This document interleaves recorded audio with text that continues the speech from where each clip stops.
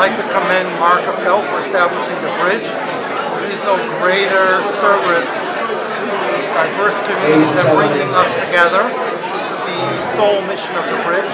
So I'm here to celebrate and to support its mission. Good luck.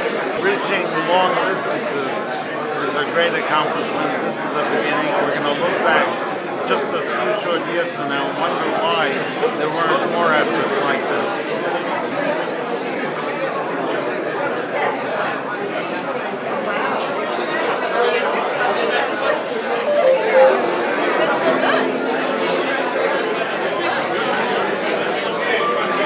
I'd like to thank Mark Appel for what he does for the community. I just can't tell you how great a gift it is to be here with Mark Appel and supporting him. So we had a magazine years ago called Life. Remember that? After Life, we had a magazine called People. After People, we had a magazine called Us. And after Us, we had a magazine called Self. So we started with Life, we ended up with Self. But we Jews, we read from right to left. So what does that say to us? First, you start with Self. But ultimately, it's about all of us as one people making this a better life for everyone. Amen. The Bridge Project was established to pursue one goal, one idea. To work together as a community in pursuit of peace, justice, irrespective of race, religion, or political affiliations. For the benefit of Brooklyn, benefit of New York State, and for the benefit of mankind.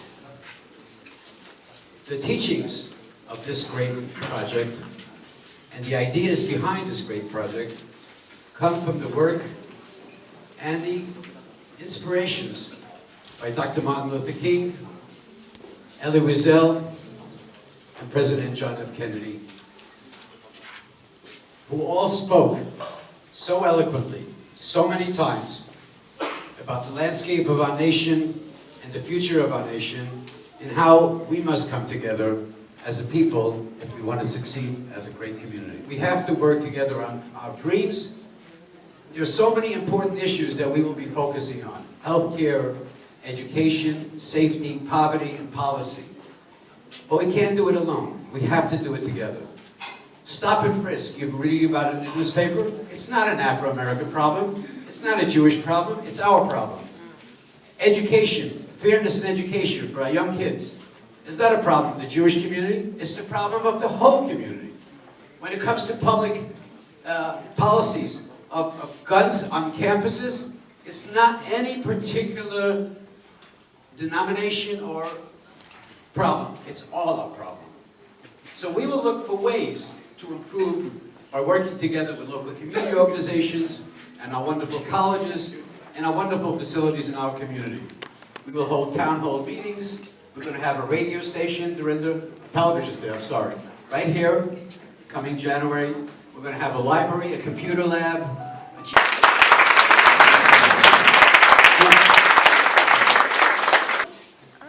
really are not that different. And that the racial differences between you and I are nothing more than human constructs. And what flows through your veins and what flows through my veins is basically the same. And that what you want and what I want are good streets and good schools. We want our communities to be safe. We all want to live together. We want our children to grow up to be strong and healthy and contribute to the economy. And at the end of the day, though you may not know me, and though you may have all of these stereotypes about who I am, the reality is that I am just like you. I question myself sometimes. I fear sometimes. I cry sometimes. I hold my family dear. I pray to the same God that you do. That's what is so wonderful about this institution and what's so wonderful about what Mark has created. The other day I had an opportunity to do just that when I moved to vacate the conviction of David McCallum and Willie Stuckey, two 16-year-old boys who were wrongfully convicted for a murder right here in Brooklyn. Willie Stuckey lost his life in prison before he could prove his innocence. David McCallum fought for 29 years to correct the miscarriage of justice that was committed against him. Now we here in Brooklyn should not want people We cannot tolerate people being convicted of murders that they did not commit. And so I'm determined as your Brooklyn DA to get to the bottom of these wrongful conviction claims. I'm also determined to make sure that when we walk down the streets of Brooklyn, we're treated with dignity and respect, no matter who we are, no matter where we come from, no matter what we believe. And that's why I created a hate crimes unit in the Brooklyn DA's office, the very first one. And as Mark alluded to, we've had a spate of these crimes over the last couple of weeks. Jewish people have been attacked, Muslims have been attacked, transgender folks have been attacked. That's not who we are in Brooklyn. And so I'm going to hold the folks responsible who are doing these hate crimes. And what I want you to... Thank you so much. I'm very happy to be part of this. I want to thank you for